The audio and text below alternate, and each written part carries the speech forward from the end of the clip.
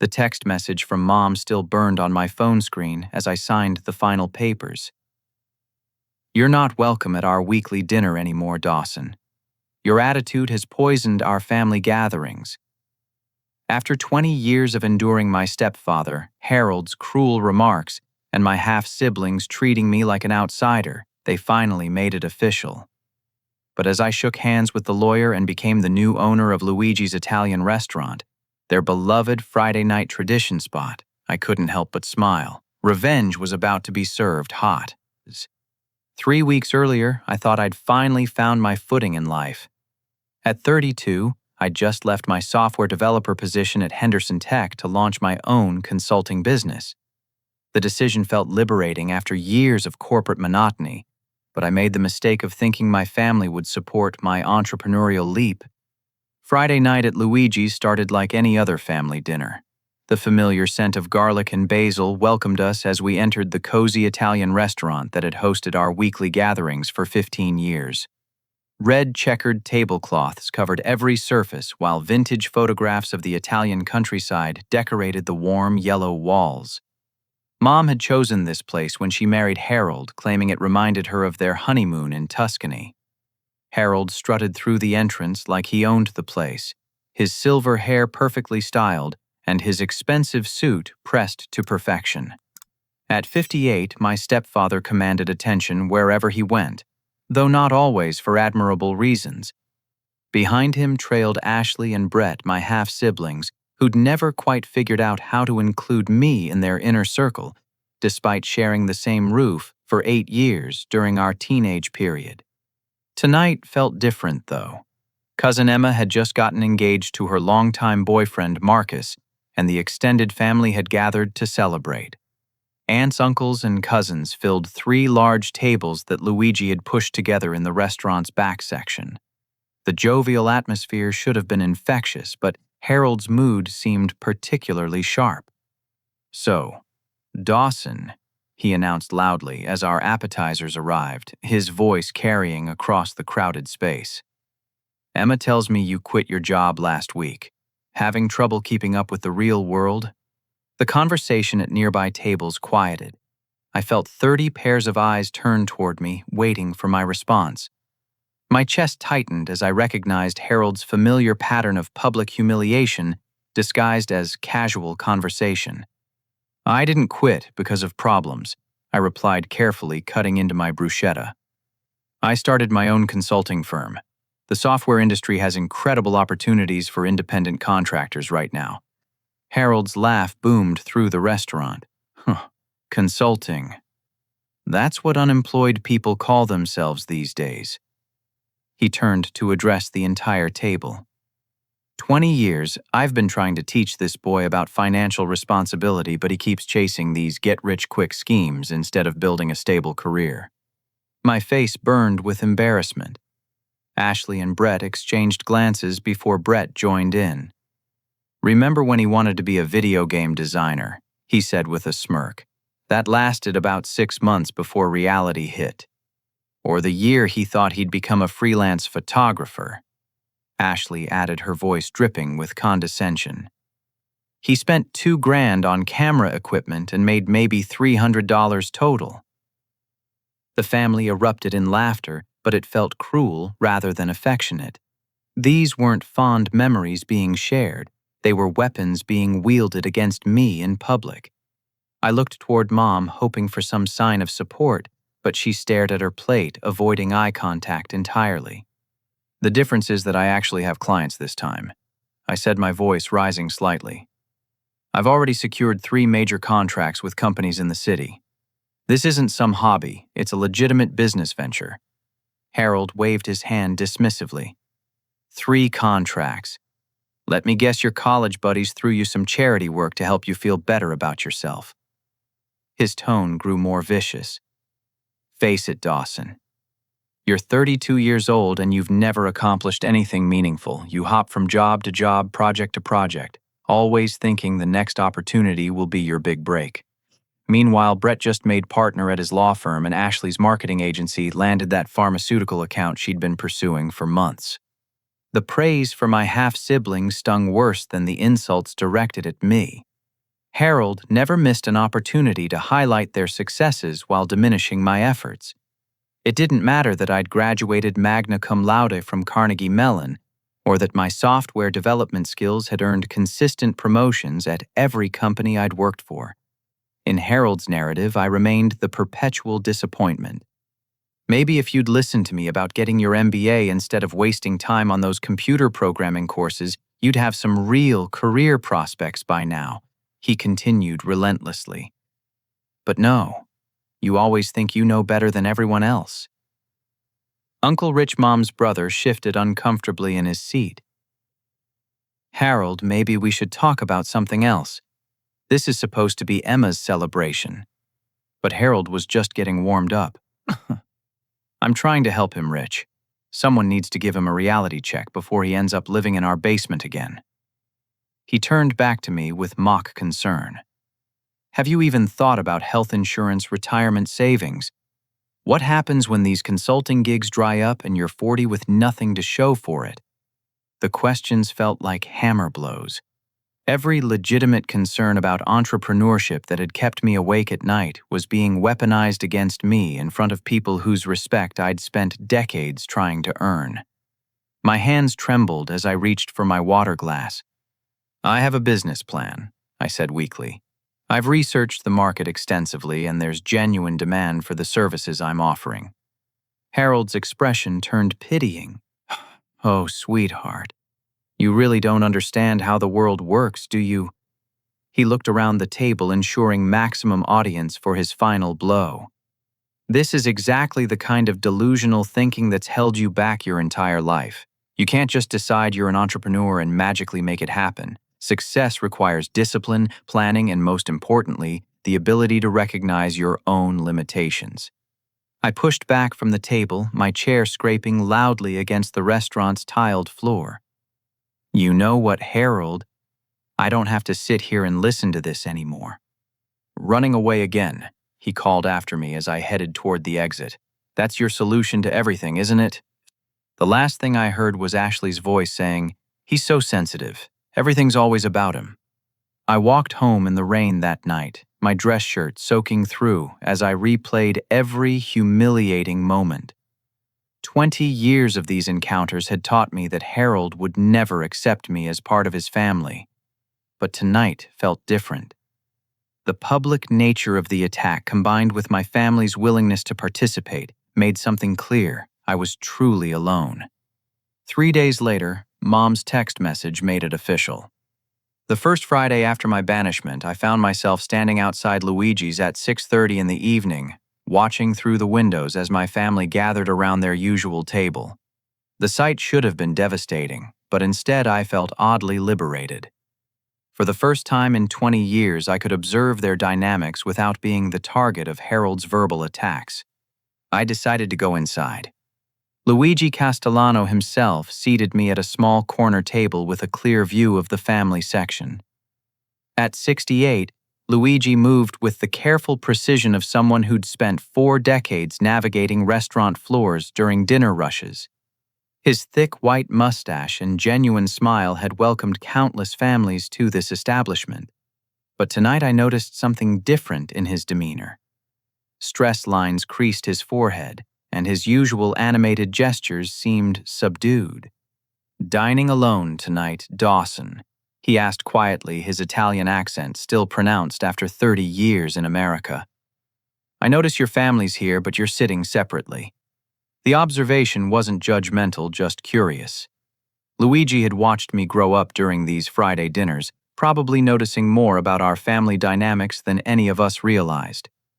Let's just say I'm exploring new perspectives, I replied diplomatically. Luigi nodded with understanding that suggested he'd witnessed plenty of family drama over the years. Sometimes distance brings clarity. I'll send Carmen over to take care of you. Carmen Rodriguez had been Luigi's head waitress for 12 years, and she possessed that rare combination of efficiency and warmth that made every customer feel special. She appeared at my table within minutes, her graying hair pulled back in a neat bun, and her kind brown eyes sparkling with recognition. Well, this is different, she said with a gentle smile. You okay, honey? I'm fine, I assured her. Actually, better than fine. I'm starting to see things more clearly. As Carmen took my order, I settled in to observe the family dinner from an outsider's perspective. Without Harold's constant criticism ringing in my ears, I could focus on the subtleties of their interactions. The way he dominated every conversation. How Mom deferred to his opinions even when discussing topics she knew better. The manner in which Ashley and Brett competed for his approval like teenagers rather than accomplished adults in their late 20s. When Carmen returned with my wine, she lingered beside the table. You mind if I ask you something personal? Go ahead. In all the years I've served your family, I've never seen that man say one encouraging word to you. Tonight, watching you sit here calm and peaceful, I'm wondering if maybe that's more his problem than yours. Her observation hit home because it came from someone who'd witnessed hundreds of our family dinners without emotional investment. Carmen saw what I'd been too close to recognize. Harold's treatment of me wasn't about my shortcomings. It was about his need to maintain dominance. Over the following weeks, I made Friday night dinner at Luigi's a regular habit. Each week, I learned something new about the restaurant's inner workings and the family that ran it. Luigi's son, Tony, was finishing his senior year at Boston University, planning to attend graduate school for business administration. His wife, Maria, had been battling diabetes complications that required expensive treatments, not fully covered by their insurance. The financial strain was beginning to show. Business has been slower lately, Carmen confided during one of our conversations. People are cutting back on dining out, and we've got some equipment that needs replacing. The walk-in freezer's been acting up for months, and the espresso machine sounds like it's dying. I began paying closer attention to the restaurant's operations during my visits. The lunch crowd seemed steady but not robust. Dinner service picked up on weekends, but weeknight tables often sat empty. The decor, while charming, showed signs of age that suggested deferred maintenance. Several ceiling tiles bore water stains, and the carpeting in the entryway was worn thin from decades of foot traffic. During my fourth Friday solo dinner, Luigi approached my table with 2 glasses of wine. Mind if I join you for a moment? He asked. Of course. He settled into the opposite chair with a heavy sigh. You know, I've been watching families come and go for 40 years, and I've learned to read the signs.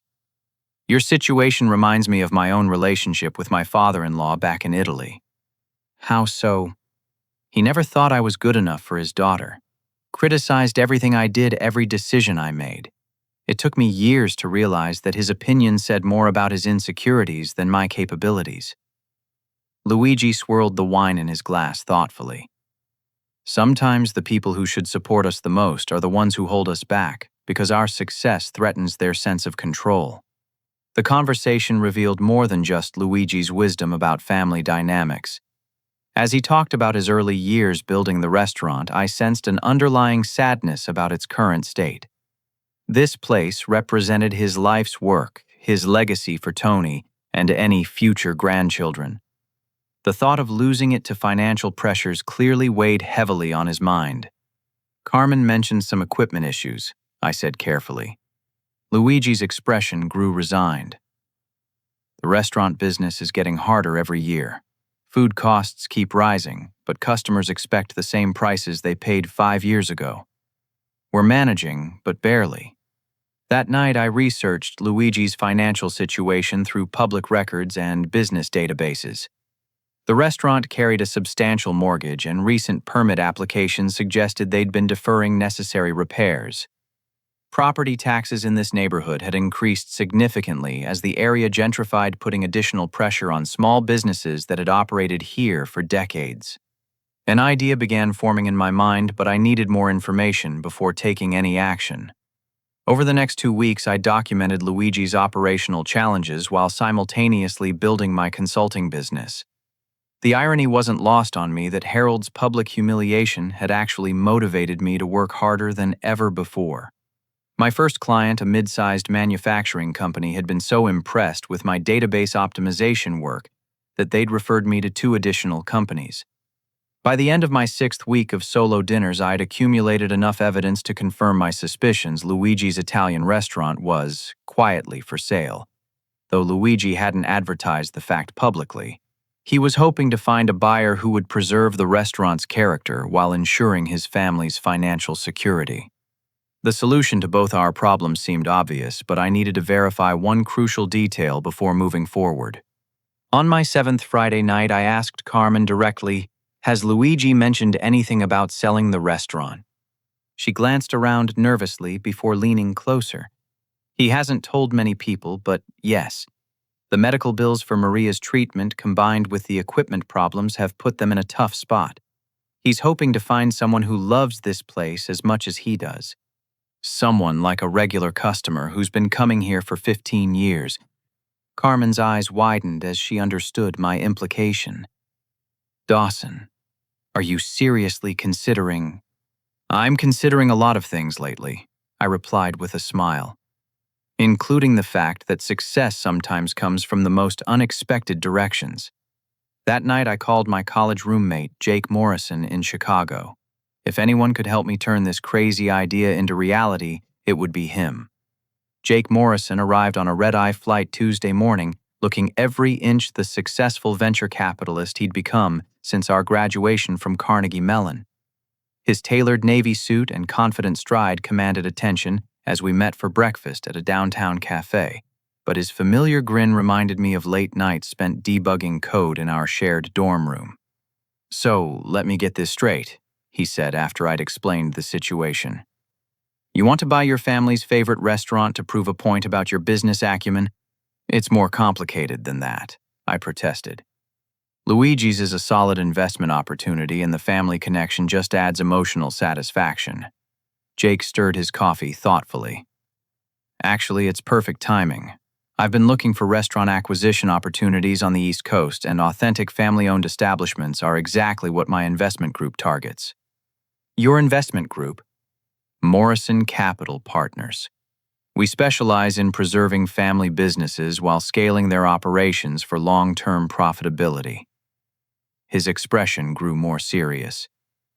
"Dawson, your consulting work over the past 2 months has been impressive, but you haven't seen the bigger picture yet." I felt a familiar knot of anxiety in my stomach. "What do you mean?"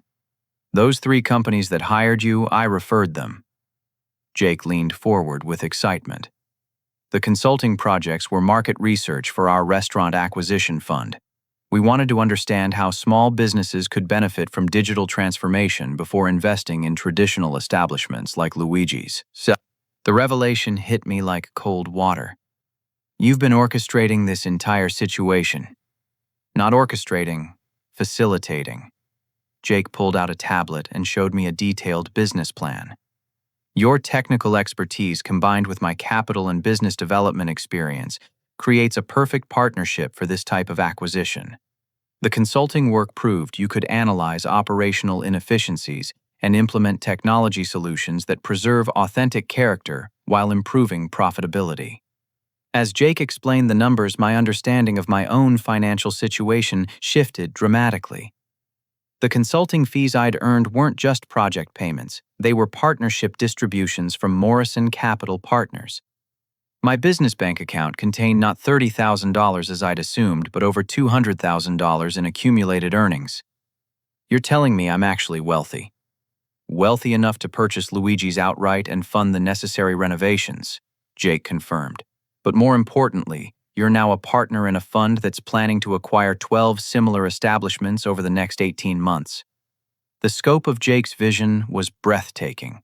Morrison Capital Partners had identified family-owned restaurants in gentrifying neighborhoods across the Northeast establishments, with strong local followings but outdated business practices.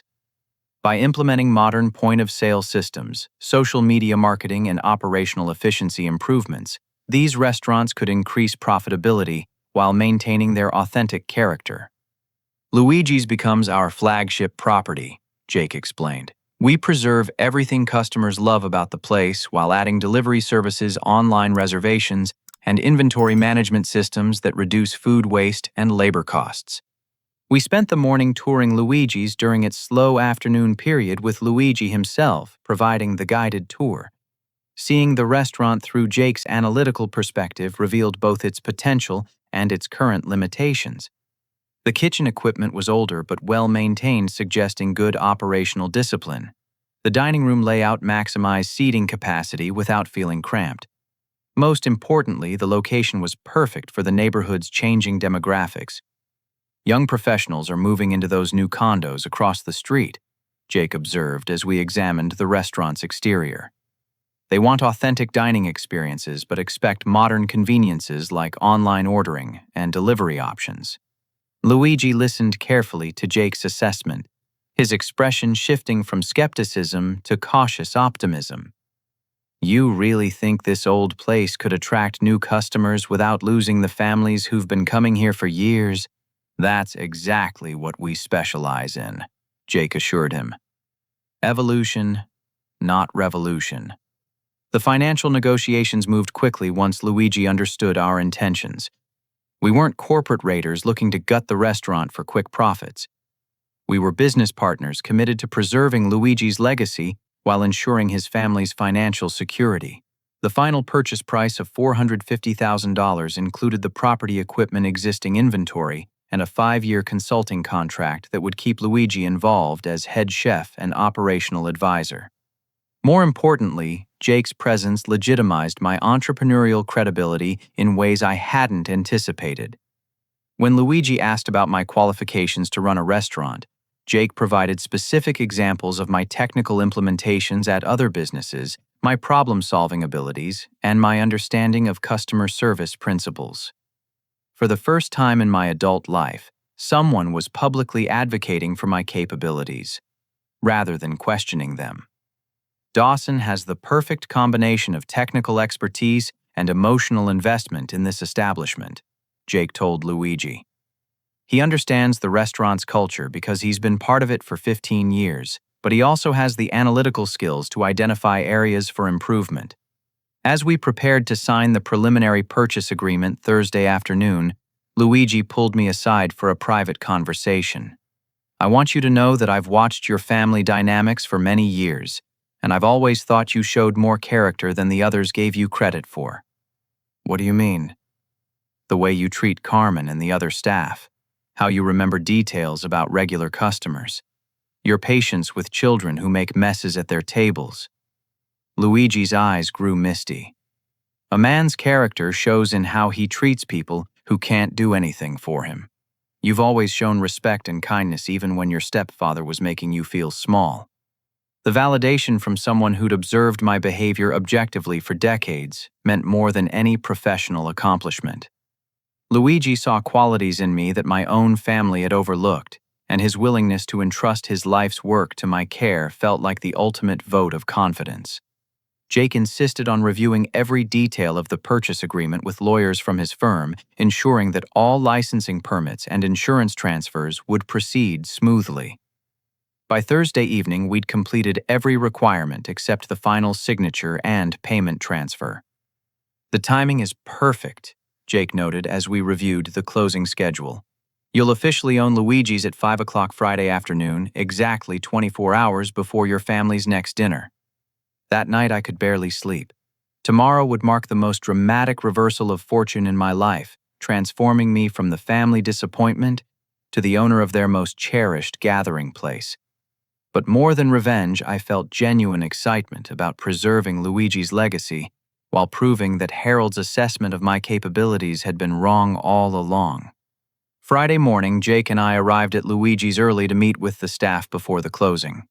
Carmen head chef Marcus Williams and the 3 part-time servers gathered in the empty dining room as I prepared to address them as their new employer. Nothing about your jobs will change, I assured them.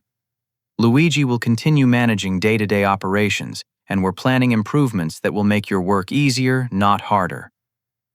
Carmen raised her hand tentatively. What about the family dinners? Are you going to ban certain customers? I smiled at her concern. Everyone is welcome at Luigi's. In fact, I'm hoping tonight's dinner service will be particularly memorable for all our customers. Thursday evening brought an unexpected phone call that would make Friday night even more dramatic than I'd anticipated. I was reviewing final paperwork in my apartment when the restaurant's main line rang, and Luigi asked if I could answer since he was busy preparing inventory for the transition. "Luigi's Italian Restaurant, how can I help you?" "Yes, I'd like to make a reservation for tomorrow night," said a familiar voice that made my blood run cold. Harold's distinctive tone carried the same arrogant confidence that had intimidated me for 2 decades. "I need your private dining room for 6 people at 7:30. I glanced at Luigi, who was watching with obvious curiosity. This was too perfect to be coincidental. "May I ask what the occasion is?" "It's a business dinner," Harold replied curtly. "I'm entertaining my boss and her husband, so everything needs to be absolutely perfect. I've been bringing my family to Luigi's for 15 years, and Luigi knows exactly how I like things handled." The irony was staggering. Harold was calling to book the most important business dinner of his career at the restaurant I would own in less than 24 hours. I covered the phone's mouthpiece and whispered to Luigi, "It's my stepfather." Luigi's eyebrows shot up and he gestured for me to continue the conversation. "Of course, sir. We'll make sure everything is perfect for your party." I couldn't resist adding, "May I ask who you'll be dining with?" "Janet Thornton, the regional director at Meridian Financial Services. She's considering me for a senior vice president position, so this dinner could determine my entire career trajectory." Harold's voice carried a note of anxiety beneath his usual bravado. "I need Luigi to prepare his special osso buco and make sure you have several bottles of that Barolo he reserves for important occasions." As Harold provided details about dietary restrictions and seating preferences, I realized this dinner represented everything he valued: professional advancement, social status, and the opportunity to impress someone whose opinion mattered to his career. The private dining room at Luigi's would serve as the stage for his potential promotion to senior vice president, complete with the authentic Italian atmosphere he'd been bragging about for years. "We'll take excellent care of your party," I assured him. "The owner will personally ensure everything meets your expectations." "The owner?" "Yes, sir. There's been a recent change in ownership, but Luigi remains involved in operations. I'm confident you'll be very pleased with the service." Harold paused, probably wondering why he hadn't been informed about ownership changes at his favorite restaurant. Well, as long as the food and service remain consistent, I suppose it doesn't matter who owns the place. After completing Harold's reservation, I spent Friday morning working with Luigi and Carmen to plan the evening service. The timing couldn't have been more perfect. The official ownership transfer would occur at 5 o'clock, giving me 2.5 hours to prepare before Harold's arrival with his boss. "You sure you want to handle this yourself?" Luigi asked as we reviewed the evening's reservations. "I could manage the private dining room while you observe from the kitchen." "No," I replied firmly. "It's time for Harold to meet the new owner face to face." Carmen's excitement was barely contained. "This is like something out of a movie. Are you nervous?" Surprisingly, no. The admission surprised me as much as it did her.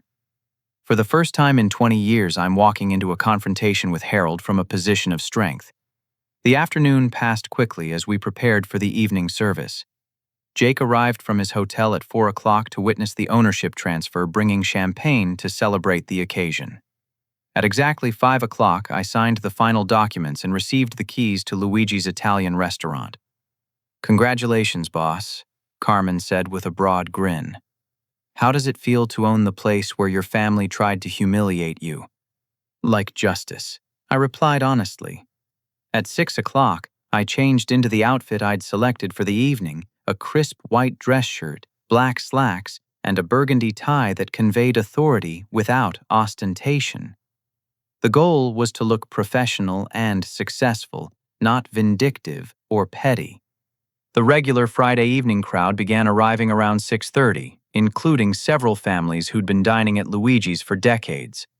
I made rounds to their tables, introducing myself as the new owner and ensuring their experience remained consistent with their expectations. The positive responses reassured me that the transition would proceed smoothly. At 7:15, my family arrived for their usual dinner. Through the kitchen service window, I watched Carmen seat them at their customary table in the main dining room. Mom wore a navy blue dress I recognized from last Christmas, while Ashley and Brett had dressed more casually in jeans and sweaters. Without Harold's domineering presence, their body language seemed more relaxed than usual. Harold arrived 10 minutes later with a distinguished-looking woman in her 50s, and a man I assumed was her husband. Janet Thornton commanded immediate attention with her silver hair-tailored black suit and confident bearing. Her husband appeared more reserved, wearing a gray cardigan and wire-rimmed glasses that suggested academic rather than business background. Carmen seated Harold's party in the private dining room, a cozy space separated from the main restaurant by elegant glass panels that provided privacy while maintaining visual connection to the dining room. I waited 20 minutes for them to settle in and place their drink orders before making my entrance. Luigi had suggested I emerge from the kitchen area, which would allow me to approach Harold's table naturally while making rounds to other customers. The plan would create maximum dramatic impact while appearing completely professional. At 7:55, I took a deep breath and stepped into the dining room to greet my customers as the new owner of Luigi's Italian restaurant. The moment had finally arrived. I began my rounds at the far end of the dining room, greeting longtime customers and introducing myself as Luigi's new owner. The warm reception from families who'd been patronizing the restaurant for years boosted my confidence as I worked my way toward the private dining room where Harold was entertaining his boss. Mrs. Patterson, an elderly widow who dined at Luigi's every Friday with her sister, squeezed my hand warmly. "You have wonderful plans for this place, dear. Luigi tells me you grew up eating here with your family." "That's right," I replied with a genuine smile. "This restaurant holds a lot of special memories for me." As I moved through the dining room, I noticed my family had spotted me but hadn't yet grasped the significance of my presence. Mom looked confused, Ashley appeared curious, and Brett seemed mildly annoyed, probably assuming I'd taken a job here to spite them. The private dining room's glass panels provided a clear view of Harold's table as I approached. He was in full performance mode, gesturing animatedly while describing some business triumph to Janet Thornton. His boss listened politely while her husband examined the wine list with obvious appreciation for Luigi's selection. I paused at the entrance to the private dining room and knocked gently on the glass panel. Harold glanced up mid-sentence, his expression shifting from mild annoyance at the interruption to complete shock as he recognized me. "Good evening," I said, stepping into the private dining room with the confident bearing I'd practiced all afternoon. "I'm Dawson Richards, the new owner of Luigi's. I wanted to personally welcome you to our restaurant." Harold's face went through several color changes as he processed this information. The glass of Barolo he'd been raising to his lips stopped halfway to its destination, and I watched his throat work convulsively as he tried to swallow wine that had suddenly become an obstruction. The coughing fit that followed drew attention from nearby tables. Harold's face turned red as he struggled to regain his composure, while his boss and her husband watched with concern. "Are you all right, Harold?" Janet Thornton asked, half rising from her chair. "Fine," Harold wheezed, dabbing at his eyes with his napkin. "Just went down wrong." "Dawson Richards," Janet repeated, studying my face with growing recognition. "That name sounds familiar. Have we met before?" This was the moment I'd been hoping for but hadn't dared expect. "Actually, yes. I consulted on your company's database integration project last month. We worked together to streamline your customer management system." Janet's expression brightened immediately. "Of course. You're the consultant who saved us $50,000 by identifying those redundant processes in our client onboarding system." She turned to Harold with obvious enthusiasm. "Harold, you never mentioned your stepson was the brilliant young man who transformed our entire digital infrastructure." The word brilliant hung in the air like a condemnation of every insult Harold had hurled at me over the years. His mouth opened and closed soundlessly as he struggled to reconcile Janet's praise with his public assessment of my capabilities. I had no idea you two were related. Janet continued, looking between us with delight. Harold, you must be so proud. Dawson's innovative solutions exceeded all our expectations, and his professionalism impressed everyone in the office. Professionalism, Harold managed to croak. Absolutely. He arrived prepared for every meeting, delivered all projects ahead of schedule, and provided documentation so thorough that our IT department was able to implement his recommendations seamlessly. Janet's praise continued relentlessly. In fact, I've already recommended him to 2 other companies in our network. Young consultants with his level of expertise and reliability are rare in today's market. I watched Harold's carefully constructed narrative about my failures crumble in real time.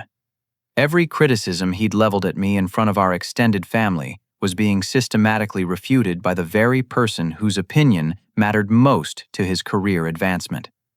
Thank you, Mrs. Thornton, I said graciously. It was a pleasure working with your team. I'm always excited to help established companies optimize their operations for future growth. Janet's husband extended his hand for introduction. Robert Thornton, Professor Emeritus at Columbia Business School. I specialize in entrepreneurial ventures and family business transitions. Professor Thornton, I replied, shaking his hand. It's an honor to meet you. The honor is mine. Janet has spoken extensively about your work with Meridian Financial. Robert's academic bearing conveyed genuine respect. Your approach to preserving institutional knowledge while implementing technological improvements is exactly what we teach in our graduate programs. Harold finally found his voice, though it emerged strained and defensive. Well, this is certainly unexpected. I had no idea Dawson had purchased Luigi's. Just closed this afternoon, I confirmed cheerfully. I'm excited to build on Luigi's 40-year legacy while introducing some modern conveniences that will enhance the dining experience. A restaurant acquisition at your age is quite ambitious, Robert observed approvingly. Do you have experience in food service management? I've been studying Luigi's operations for several weeks, and I have an excellent business partner with extensive experience in restaurant development. I gestured toward the main dining room where Jake was observing from a corner table. We're committed to preserving everything customers love about this place while improving efficiency and expanding our customer base. Janet's excitement was palpable. This is wonderful, Harold. You'll have front row seats to watch Dawson's entrepreneurial journey unfold. There's nothing more satisfying than seeing young people with vision and determination build something meaningful. The irony in her words was devastating. Harold had spent years convincing our family that I lacked vision and determination. Yet here was his boss celebrating exactly those qualities in my professional work. Speaking of building something meaningful, Robert interjected, have you considered the psychological aspects of purchasing a restaurant where you have such deep personal connections? The decision suggests remarkable emotional intelligence and long-term strategic thinking. Harold's discomfort was becoming more obvious with each passing moment. Sweat beaded on his forehead despite the comfortable temperature in the private dining room, and his usual commanding presence had shrunk to nervous fidgeting. I've always believed that the best business decisions combine logical analysis with emotional investment, I replied. Luigi's represents both a sound financial opportunity and a chance to preserve something important to my community. Exactly the kind of mature perspective we hope to see in emerging business leaders. Robert agreed. Harold, you should consider bringing Dawson to our next alumni networking event. His insights would be valuable for other professionals considering entrepreneurial ventures. The suggestion that Harold should showcase my accomplishments rather than hide them represented a complete reversal of our family dynamics. For 20 years, he'd positioned himself as my mentor and critic. Now his boss was suggesting he learn from my example. Carmen appeared at the private dining room entrance with their appetizers, providing a natural break in the conversation. As she served their selections, I noticed my family watching intently from the main dining room. Mom's expression suggested dawning comprehension of what my presence as owner meant for our family dynamics. "I'll let you enjoy your dinner," I said, preparing to continue my rounds. "Please let me know if there's anything else I can do to make your evening special." "Actually," Janet said, "would you join us for coffee after our meal? I'd love to hear more about your plans for the restaurant, and I have some contacts in the food service industry who might be helpful." Harold's expression suggested he'd rather eat broken glass than extend our conversation, but he could hardly object to his boss's request without appearing rude. "That would be wonderful," I agreed. "I'll check back with you around 9 o'clock. As I left the private dining room, I felt 20 years of accumulated humiliation lifting from my shoulders. The validation from Janet and Robert wasn't just professional recognition. It was public vindication of my capabilities in front of the person who'd spent decades questioning them. The evening was just beginning, but Harold's world had already shifted fundamentally. His stepson wasn't the failure he'd described to everyone. I was the successful entrepreneur his boss wanted to showcase at alumni events. Justice, it seemed, tasted even better than Luigi's famous osso buco. As I continued making rounds through the dining room, I could feel the tension building at my family's table. Mom kept glancing toward the private dining room where Harold was struggling to maintain his composure, while Ashley and Brett engaged in what appeared to be an intense, whispered conversation. I approached their table with the same professional demeanor I'd shown every other customer, but my heart was pounding. This moment represented 20 years of accumulated pain and frustration, finally finding resolution. "Good evening," I said warmly. "I'm Dawson Richards, the new owner of Luigi's. I hope you're enjoying your dinner." Mom's eyes filled with tears immediately. "Dawson, I had no idea that I was capable of something like this," I finished gently. "I understand why you might be surprised." Ashley stared at me with something approaching awe. "You actually bought Luigi's the whole restaurant?" "As of 5 o'clock this afternoon," I confirmed. "It's been a dream of mine for several weeks now." Brett's expression shifted between confusion and grudging respect. "How did you afford this? I thought your consulting business just started." "It turns out my consulting business has been more successful than anyone realized," I replied diplomatically. "Sometimes people's assumptions about our capabilities say more about their limitations than ours." The pointed observation wasn't lost on any of them. For years, they'd participated in Harold's narrative about my professional inadequacies without questioning whether their assumptions might be wrong. "I owe you an apology," Mom said quietly, her voice barely audible above the restaurant's ambient noise. "I should have defended you when Harold was being cruel, and I should have asked about your business instead of assuming the worst." Her admission opened floodgates I'd kept sealed for decades. It wasn't just Harold, Mom. When he called me a failure in front of the whole family, everyone laughed. Nobody asked for my side of the story or showed any interest in what I was actually accomplishing. Ashley shifted uncomfortably in her chair. "We just assumed he knew what he was talking about. He's always been successful in business, so when he criticized your choices, you trusted his judgment over your own observations," I said, completing her thought. "Even though you'd known me your entire life." The conversation was interrupted by raised voices from the private dining room. Through the glass panels, we could see Harold engaged in what appeared to be an heated discussion with Janet Thornton.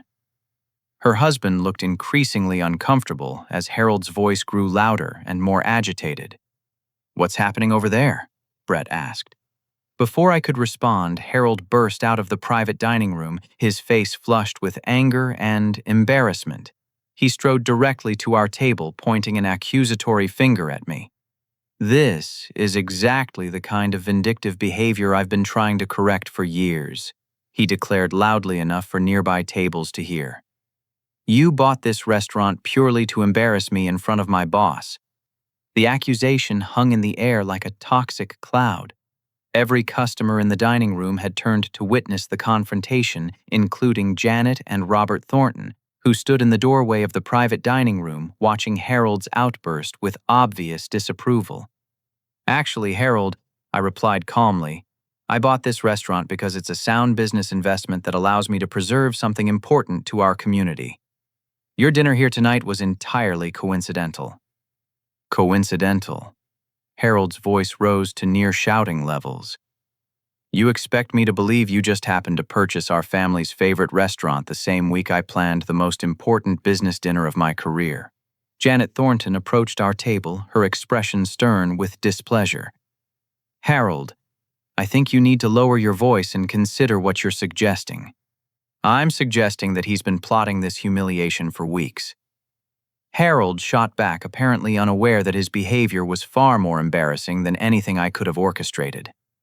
"The only person creating a scene here is you," Janet replied firmly. "Dawson has been nothing but professional and courteous all evening, while you're making wild accusations that reflect poorly on your judgment." Harold's face went pale as he realized his boss was publicly criticizing his behavior rather than supporting his position. The power dynamic he'd relied on for decades was crumbling before our eyes. Robert Thornton stepped forward with the measured tone of someone accustomed to managing difficult personalities. "Harold, I think you're misunderstanding the situation. Dawson's purchase of this restaurant represents exactly the kind of strategic thinking and emotional intelligence that successful leaders demonstrate." Strategic thinking. Harold's voice cracked with desperation. "He's a failed software developer who can't hold down a real job." The insult provoked an immediate reaction from Janet.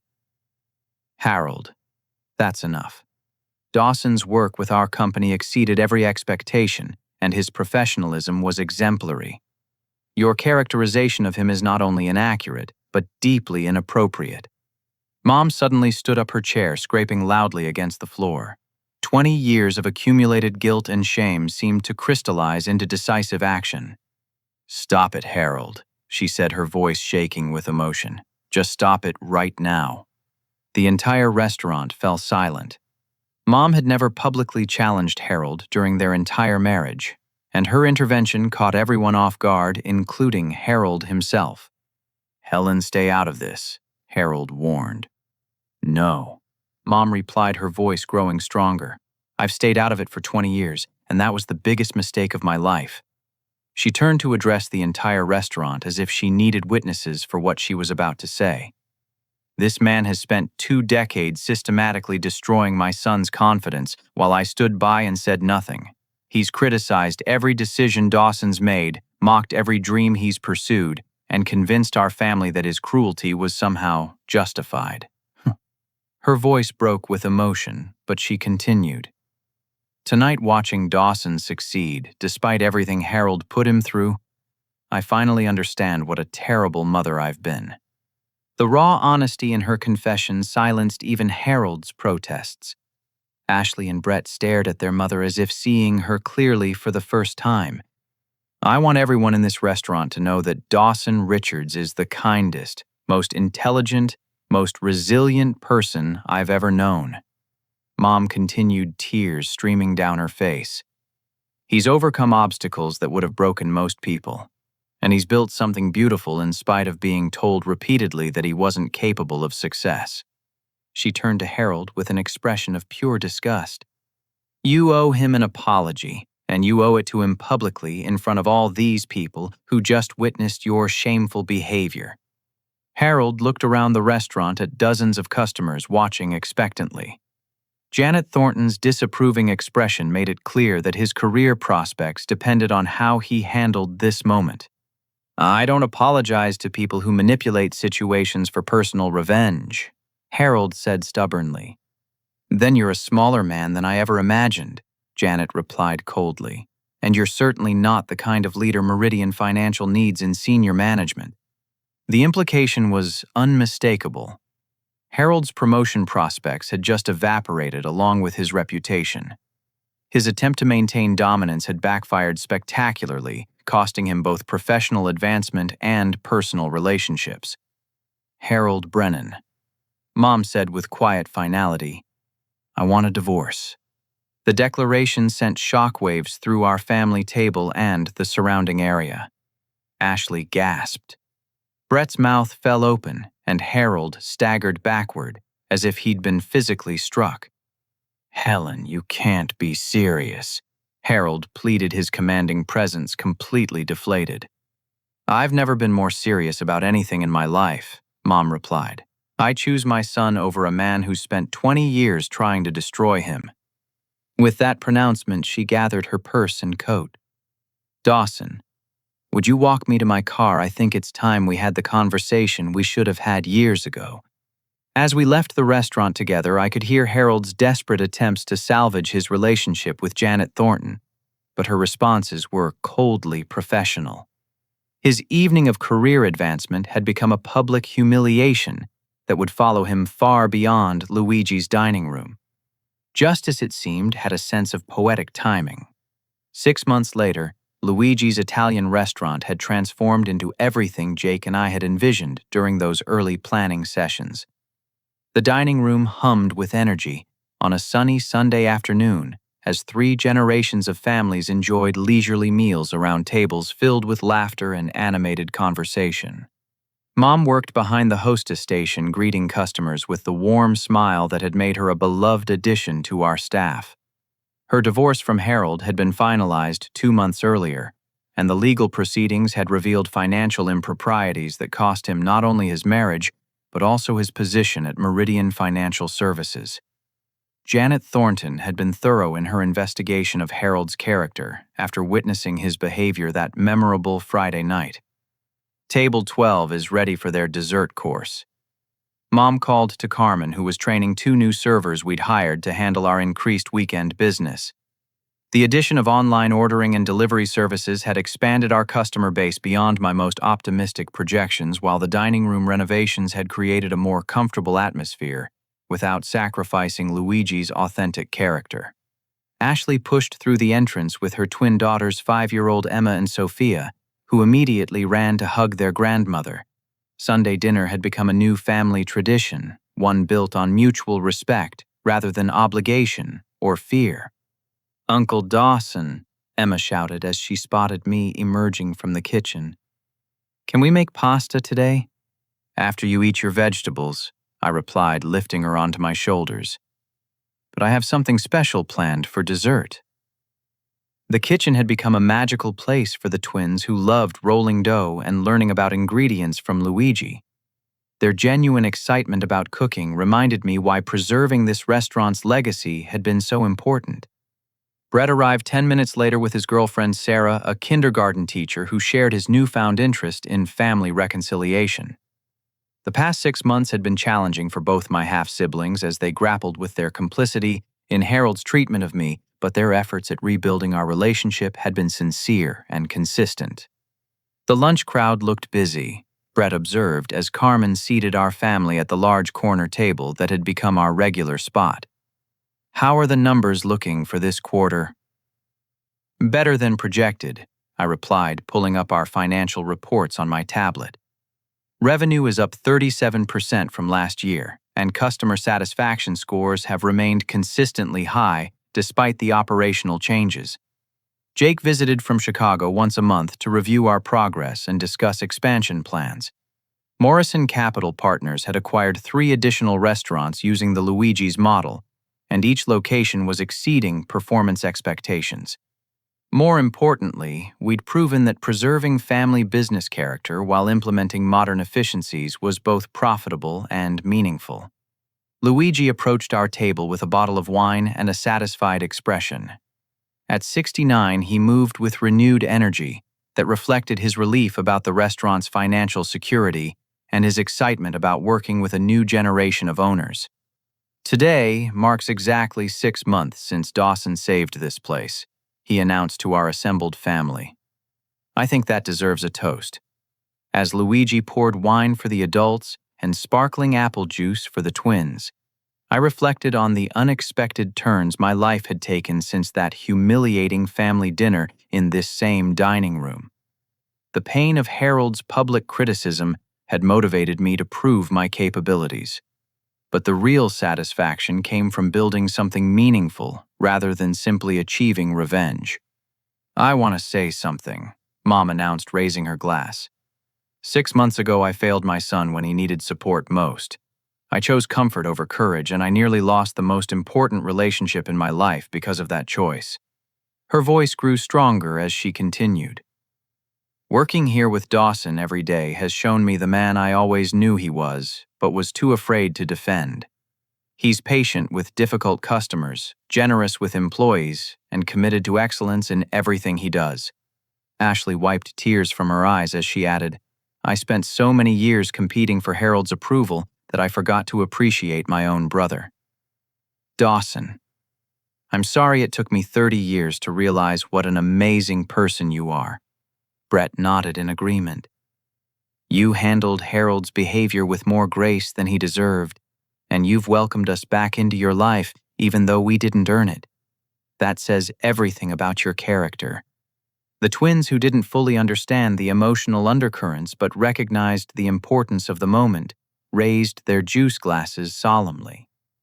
To Uncle Dawson, they chimed in unison. As we toasted our family's new beginning, Carmen approached with a surprise guest. Janet Thornton stood beside her, wearing casual weekend clothes instead of her usual business attire. I hope you don't mind the intrusion, Janet said, but I wanted to check on your progress and meet your family. Of course not, I replied, standing to greet her. How did you know we'd be here? I called earlier and your mother mentioned Sunday family dinner. I brought someone I thought you might like to meet. A distinguished gentleman in his 60s stepped forward with an extended hand. Marcus Chen, food critic for the Metropolitan Dining Guide. Janet tells me you've created something special here. The introduction represented an opportunity I'd never dared imagine. The Metropolitan Dining Guide's restaurant reviews influence dining decisions throughout the Northeast, and a positive review could elevate Luigi's reputation beyond our local neighborhood. Mr. Chen, it's an honor to meet you, I said sincerely. Would you like to join us for dessert? I'd love to show you what we've accomplished while preserving Luigi's traditional character. Actually, I've been observing your operation for the past hour, Marcus replied with a smile. I prefer to evaluate restaurants when the staff doesn't know I'm present. What I've seen is remarkable, authentic Italian cuisine served with genuine warmth in an atmosphere that feels both timeless and contemporary. Luigi beamed with pride as Marcus continued his assessment. The seamless integration of traditional cooking methods with modern service efficiency suggests masterful management that respects heritage while embracing innovation. Over the next hour, Marcus sampled several dishes while discussing our operational philosophy and expansion plans. His questions demonstrated deep understanding of restaurant management and appreciation for the balance we'd achieved between preservation and progress. I'll be honest, Marcus said as our conversation concluded. I came here expecting to find a young entrepreneur exploiting an established restaurant's reputation for personal gain. Instead, I discovered a thoughtful business owner who's enhanced everything that made this place special while ensuring its long-term sustainability. His words represented the ultimate validation of our approach. Luigi's success wasn't built on gimmicks or dramatic changes. It reflected careful attention to customer experience and respect for the restaurant's 40-year legacy. As the afternoon wound down and our family prepared to leave, I found myself standing in the exact spot where Harold had humiliated me 6 months earlier. The transformation wasn't just physical, it was emotional and spiritual. This restaurant had become a place of healing rather than pain, of connection rather than division. Emma tugged at my sleeve, interrupting my reflection. Uncle Dawson, will you teach us to make tiramisu next week? Absolutely, I replied, lifting her into another hug. But first you need to practice your reading so you can help me write new recipes. The promise of next Sunday's family dinner filled me with contentment I'd never experienced during our old Friday night gatherings. These weren't obligations based on guilt or tradition. They were celebrations of genuine love and mutual respect. Luigi approached as the last customers settled their checks and prepared to leave. You know, in 40 years of running this place, I've learned that the best restaurants aren't just about food. They're about bringing families together and creating memories that last generations. His observation captured everything I'd hoped to achieve with Luigi's. Success wasn't measured only in financial returns or professional recognition. It was reflected in the laughter of children, learning to cook the tears of reconciliation between family members, and the satisfaction of preserving something beautiful for future generations. As I locked the restaurant's doors that evening, I realized Harold's cruelest insult had become my greatest gift. His public humiliation had forced me to confront my own capabilities and pursue dreams I'd been too afraid to chase. His dismissive assessment of my potential had motivated me to exceed every expectation, including my own. The lesson wasn't about revenge or proving others wrong. It was about refusing to let other people's limitations define your possibilities. Success came not from seeking validation from those who couldn't appreciate your worth, but from building something meaningful with people who shared your values and vision. Luigi's Italian restaurant had given me more than financial success or professional credibility. It had provided a family built on choice, rather than obligation, support, rather than criticism, and love, rather than fear. In saving Luigi's legacy, I'd discovered my own. The next Friday evening, as I prepared for another week of serving families who'd become part of our extended community, I felt grateful for every painful moment that had led to this beautiful outcome. Sometimes the people who hurt us most end up giving us exactly what we need to become who we're meant to be. I hope this story has resonated with you and reminded you that our greatest challenges often become our most meaningful opportunities. Have you ever experienced a moment when someone's criticism motivated you to achieve something beyond what you thought possible? I'd love to hear about your experiences with turning setbacks into comebacks in the comments below. If you enjoyed this story of family reconciliation and entrepreneurial success, please hit the like button and subscribe for more inspiring tales of people who refuse to accept others' limitations. Share this story with someone who needs a reminder that their worth isn't determined by other people's opinions, and remember that sometimes the best revenge is simply living well. Thank you for joining me on Dawson's journey from family disappointment to successful restaurant owner. I wish you the courage to pursue your dreams regardless of who believes in them, and the wisdom to build your life around people who celebrate your successes rather than diminish them. Until next time, keep believing in your own possibilities.